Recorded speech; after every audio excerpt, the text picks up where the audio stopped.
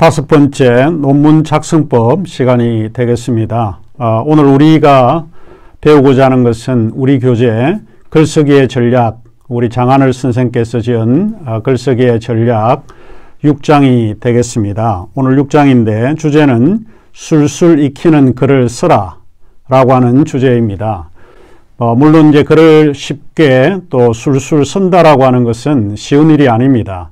그러나 우리 이 교재를 통해서 우리에게 제시해 주는 지침들을 조금 따르다 보면 글을 술술 좀 쓰지 않을까 하는 희망을 좀 가져보게 되겠습니다.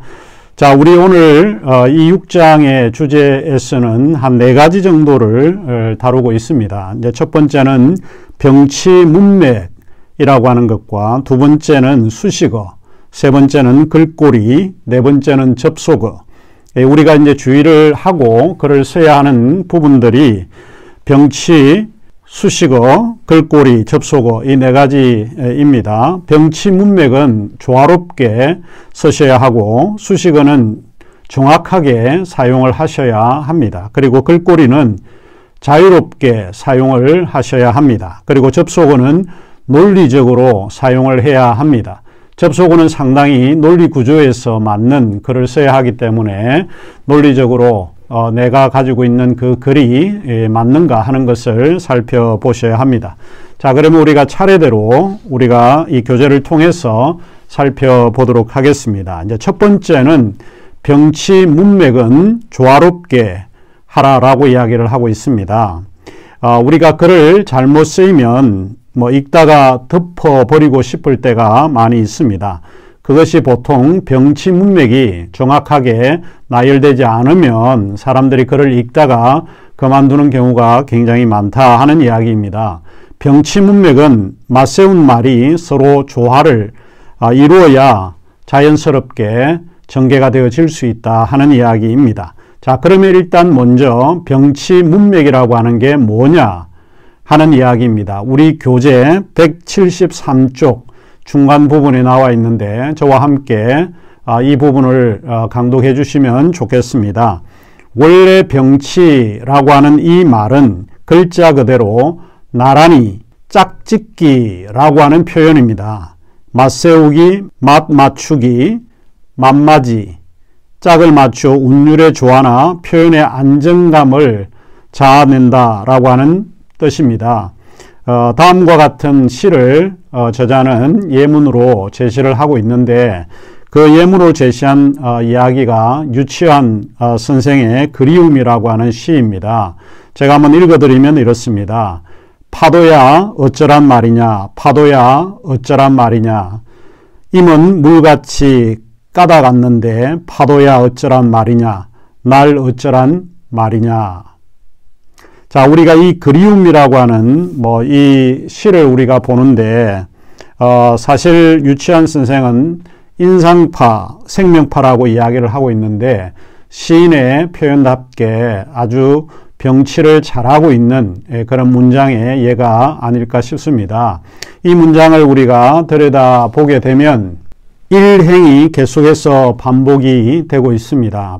파도야가 날로 마지막 행에서 변형된 것을 뺀다면 같은 행, 일행이 4번 반복되는 셈이 되는 것입니다. 그래서 우리가 읽을 때에 이것이 잘 병치가 되어 있는 그런 문장이구나 라고 하는 것을 알게 됩니다.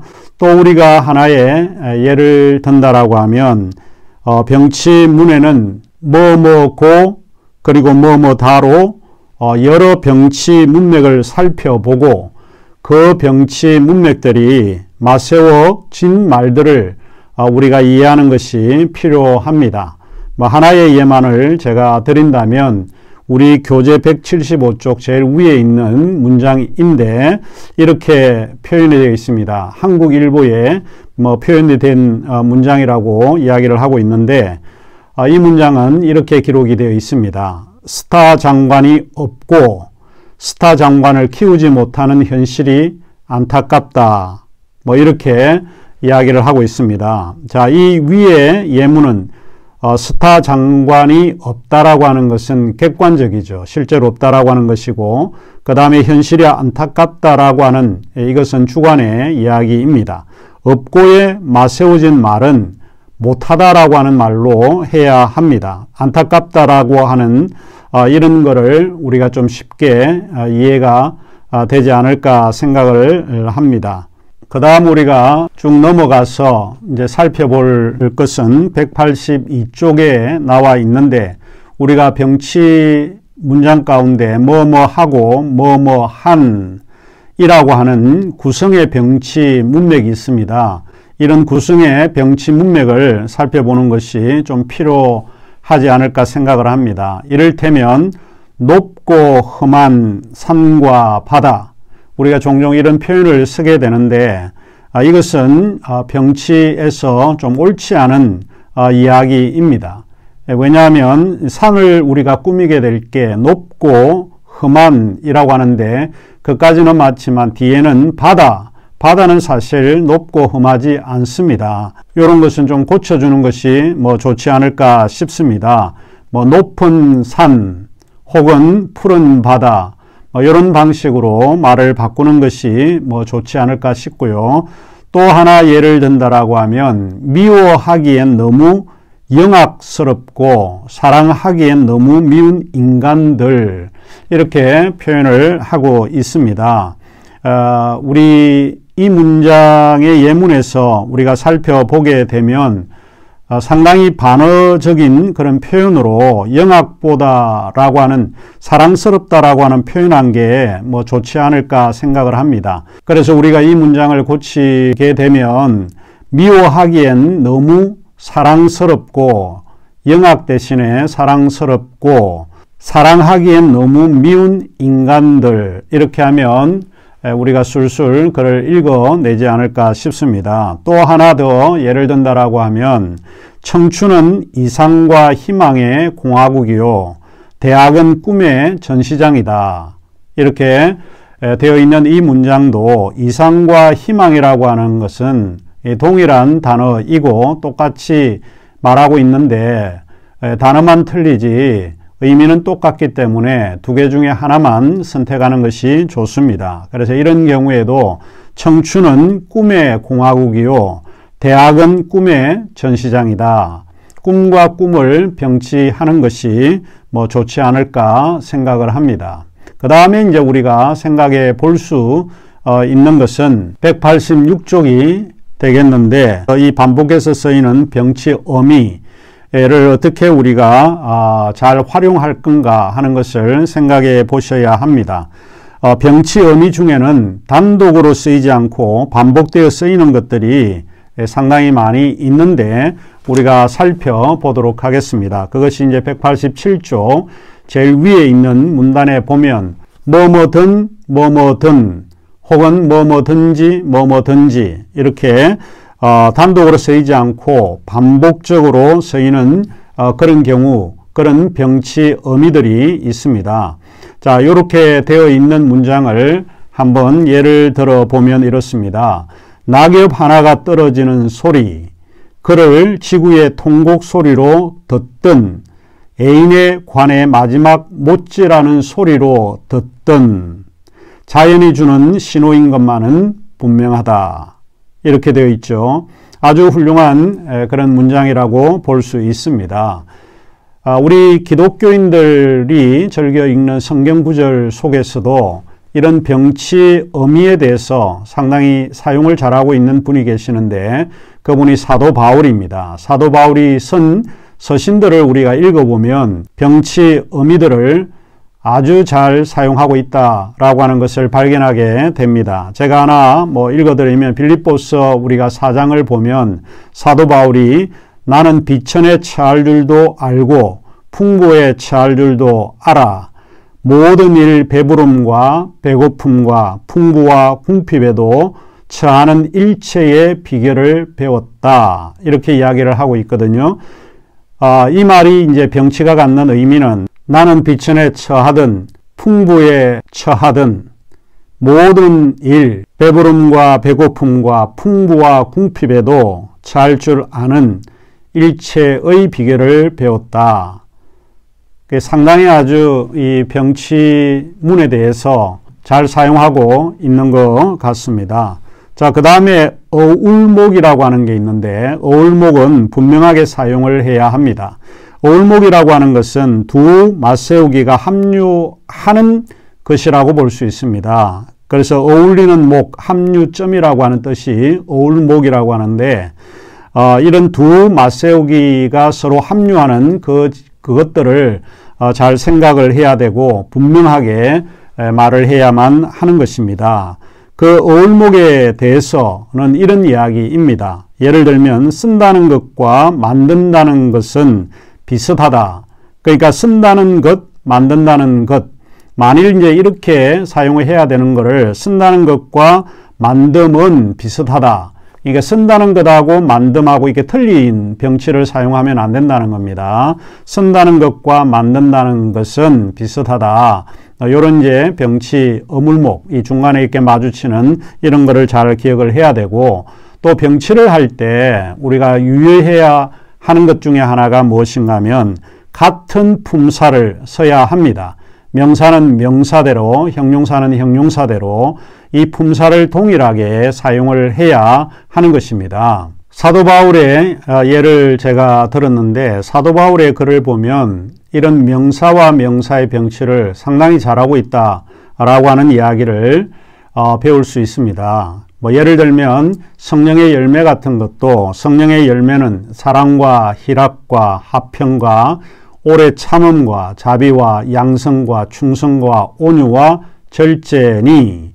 그러니까 이 병치를 할 때에 9가지 성령의 열매를 이야기할 때 명사, 명사, 명사 이렇게 사용을 하고 있습니다. 예컨대 성령의 열매는 사랑과 희락과 화평하는 것과 이렇게 쓰면 안 된다는 겁니다. 화평과 이렇게 명사, 명사, 품사가 동일해야 한다라고 하는 것입니다.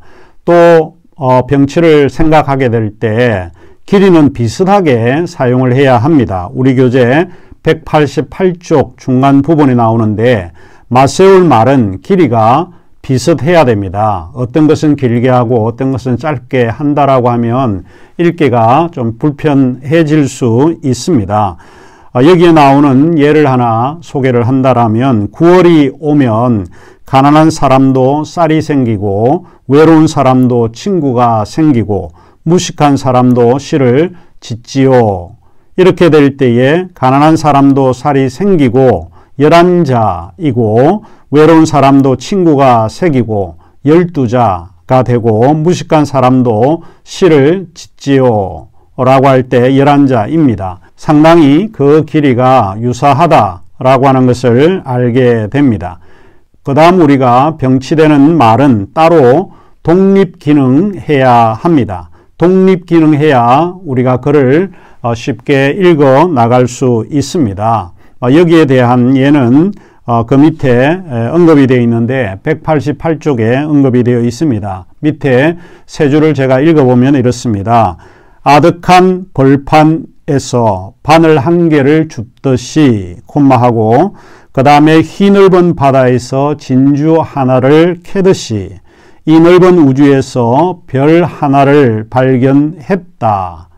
결국에는 바늘 한 개를 주었다. 진주 하나를 캐었다. 라고 하는 이런 것이 따로따로 독립적으로 병치시키는 문장을 우리가 보고 있습니다. 그 다음 우리가 이제 크게 이제 두 번째 생각을 해볼 수 있는 것은 수식어입니다. 수식어는 정확하게 사용해야만 합니다. 수식어를 정확하게 사용하지 않으면 문맥이 이상해지게 됩니다. 수식어와 피수식어의 관계를 정확하게 파악하는 것이 중요합니다. 애매한 수식어는 일단 피하셔야 합니다. 수식어에는 이제 두 가지 수식어가 있는데 단어 수식어가 있고 문장 수식어가 있습니다. 이 두 가지를 잘 염두에 두시면 좋습니다. 글자 그대로 단어 수식어는 단어의 꾸밈에 써야 하는 것이고, 문장 수식어는 이를테면 문장, 센텐스 전체 꾸밈에 각각 쓰인다 하는 것을 기억해 주면 좋겠습니다. 그 예문들은 그 밑에 많이 나와 있습니다. 이를테면 우연이라든지 결코라든지 뭐 이와 같은 수식어들은 애매하게 사용해서는 안 되고 정확하게 단어에 사용할 건가 아니면 문장 전체를 꾸며줄 건가를 기억하시면 되겠습니다.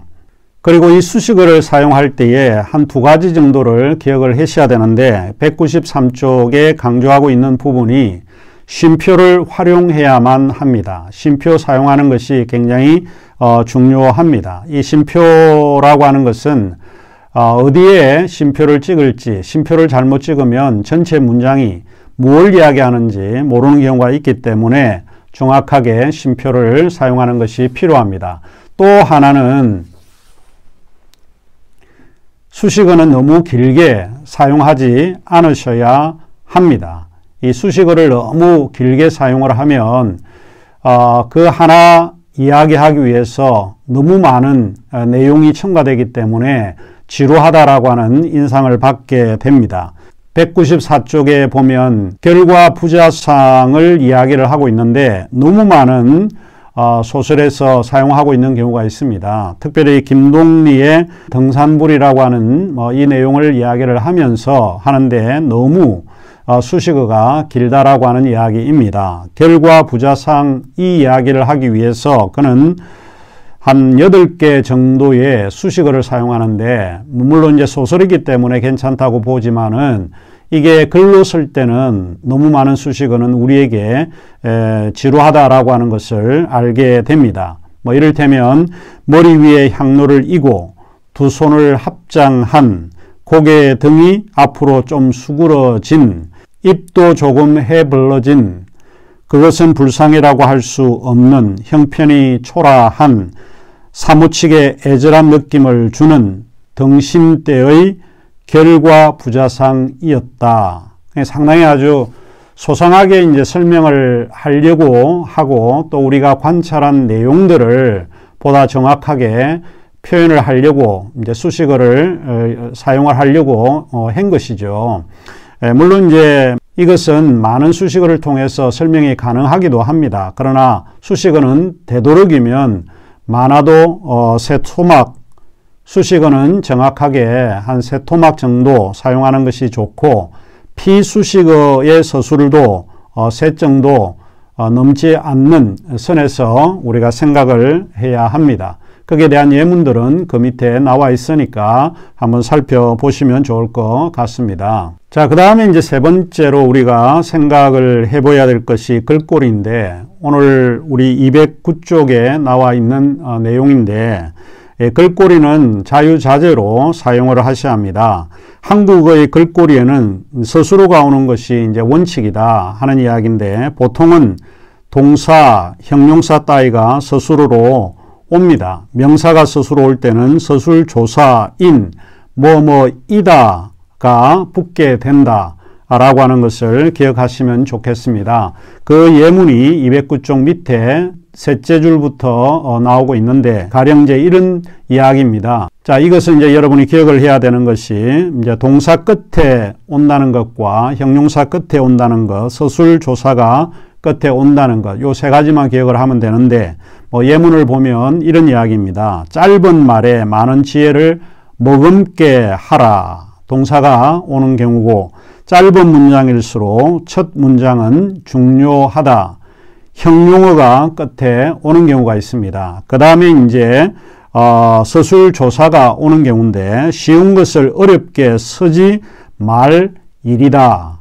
뭐뭐이다로 끝나는 서술조사가 끝에 온다는 것. 요 세 가지 정도로 글꼴이를 생각하시면 자유자재로 글을 쓰지 않을까 싶습니다. 글꼴이에는 채은종지라든지 그 다음에 인용종지라든지 도치종지 이런 내용들은 여기 예문들을 좀 읽어보시면 충분하게 이해가 될 수 있을 것입니다. 자, 이제 마지막으로 네 번째인데요. 접속어는 논리적으로 사용을 해야 합니다. 문맥에 맞는 접속어를 먼저 사용하셔야 합니다. 이를테면 첫 문장이 황금은 모든 자물쇠를 연다. 그 다음에 딱 하나 못 여는 자물쇠가 있다. 이럴 때는 그러나, 그런데, 그러나, 혹은 그리고 이런 표현을 사용을 해서 여러분이 문장을 이어지면 되겠습니다. 접속어는 항상 논리적이다 하는 것을 기억해 주시면 좋겠습니다. 그리고 이제 마지막으로 곧 예컨대 이를테면 이렇게 사용해서 하나님의 대문 자물쇠다. 이렇게 문장을 이어가면 황금은 모든 자물쇠를 연다. 그러나 딱 하나 못 여는 자물쇠가 있다. 예컨대 하나님의 대문 자물쇠다. 뭐 이렇게 표현을 하면 논리적으로 접속이 되어지는 문장이 되겠습니다. 그 다음에 시간이 다 됐기 때문에 뭐 접속어를 쓸 때 주의할 점이 있습니다. 뭐 5대 문맥 이런 거를 생각을 하셔야 되는데 그것은 228쪽에서 3페이지 정도 할애를 하고 있는데 좀 보시면 될 것 같습니다. 뭐 이론적인 것을 뭐 제쳐 놓고 문장을 지을 때나 남의 문장을 고칠 때에 꼭 알아야 두어야 할 것들입니다. 뭐 학생들의 문장에서 의뢰 드러나는 것이 단락, 의지, 결여, 뭐 접속의 문란 뭐 이런 것들이거든요. 그래서 단락, 의지, 결여는 문장의 구조에 어둡다라고 하는 것이고 접속의 문란은 문맥의 흐름, 곧 논리적 전개에 상당히 미숙하다라고 하는 이야기입니다. 자기의 글이나 남의 글을 고칠 때에 5대 문맥에 유념해서 뭐 줄길이 그 다음에 생략 뭐 이런 것들을 사용하시면 좋겠습니다. 이 그림으로 상세하게 설명을 하고 있는데 229쪽 제일 위에 5대 문맥을 이야기를 하고 있습니다. 요거를 보시면 뭐 도움이 되지 않을까. 문맥의 골이 가장 깊은 것이 이제 전환 접속인데 골이 깊을수록 세 단락이 될 가능성이 높습니다. 전환 접속어가 나오게 되면 90%가 세 단락으로 잡아야 합니다. 종종 교수들이 쓰는 논문 이런 것들은 단락이 굉장히 깁니다. 이런 것은 좀 읽기가 지루하지 않을까 생각을 하고 또 전환 접속어가 있음에도 불구하고 단락을 바꾸지 않고 시작하는 경우들이 많이 있는데 이런 거에 유념해 주면 좋지 않을까 생각을 합니다. 문맥의 골이 가장 얕은 것이 이제 상술 접속 이런 것들이거든요. 거기에 우리가 나와 있는 대로 한번 여러분이 읽고 도움을 받으시면 좋겠습니다. 자, 그러면 5번째 강의는 여기서 마치도록 그렇게 하겠습니다. 6번째 강의에서 다시 뵙도록 하겠습니다.